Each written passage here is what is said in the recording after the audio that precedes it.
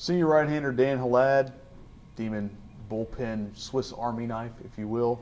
Dan, you guys heading to Sugar Land. Your first experience in the Southland Conference Tournament. What do you expect down there?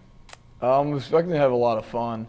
You know, from everything I've heard, it's going to be a grind. You know, you get two losses, but I mean, that first game is the all-important game. We faced McNeese 3 times already, so we kind of know what to expect. But I don't know, I'm expecting to just have a good time and, you know, grind out a week and see if we can make something happen. Have you picked anybody's brain about being down there? Honestly, not really. I mean, I've heard some stuff here and there, but at the end of the day, it's just going to be some baseball games. You guys, I'm sure at Black Hawk, your junior college, went to some regionals and some tournaments, so you're kind of expecting about the same things? Yeah, I mean, we had, you know, the sectional and then regional, and then if you win the regional, you go to the World Series.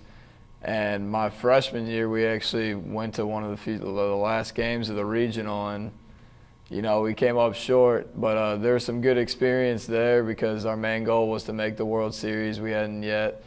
And then sophomore year came up short in the sectional, didn't even make it to the regional. So I'm excited for this because we get a chance to, you know, go into the tournament, maybe make a regional in the NCAA tournament.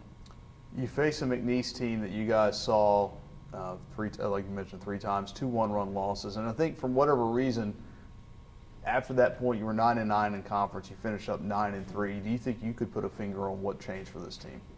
You know, those were close games. And it's tough to lose that series. I mean, it was a road trip, so I mean we had to play in their park. But it's tough to lose that series, and we kind of knew we played good games, so they weren't really demoralizing losses. You know, we didn't hang our heads about anything. You know, we just knew it was go time from that point. It was a halfway point almost for us. It was a turning point, and we kind of just took it from there and ran with it. We've talked a little bit a couple weeks ago when we talked about your final home series, but this year. For you, so much better number-wise, so much better team-wise. Change it was the motto for this team all year, and it's certainly been a change for the better. Just from your perspective, thoughts on what has been the biggest difference? I would have to say, you know, guys just bought in more, honestly, and it's no cut to last year's team, but guys came out and they worked, and we're about to go in before we leave have practice at 10 a.m. and go get more work in. You know, there's guys here getting treatment already and early in the morning. So, I mean, I'd have to say guys bought into, you know, wanting to have success and wanting to win, and that's why we're at this point.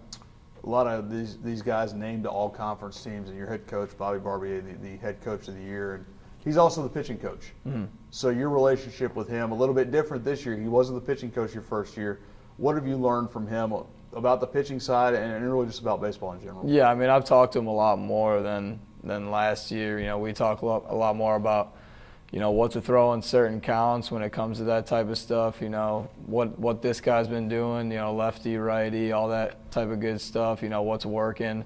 So, I mean, I've been closer with him. I've been a lot closer with him this year just because, like you said, he wasn't the pitching coach, but now he is, and I'm one of the pitchers. So, but it's been good. You know, it's been a good experience to hear what kind of he has taken from everything in his past years from doing it, from having guys like Adam Aller and them, and getting to learn from him. All right, thanks, Dan. Appreciate it.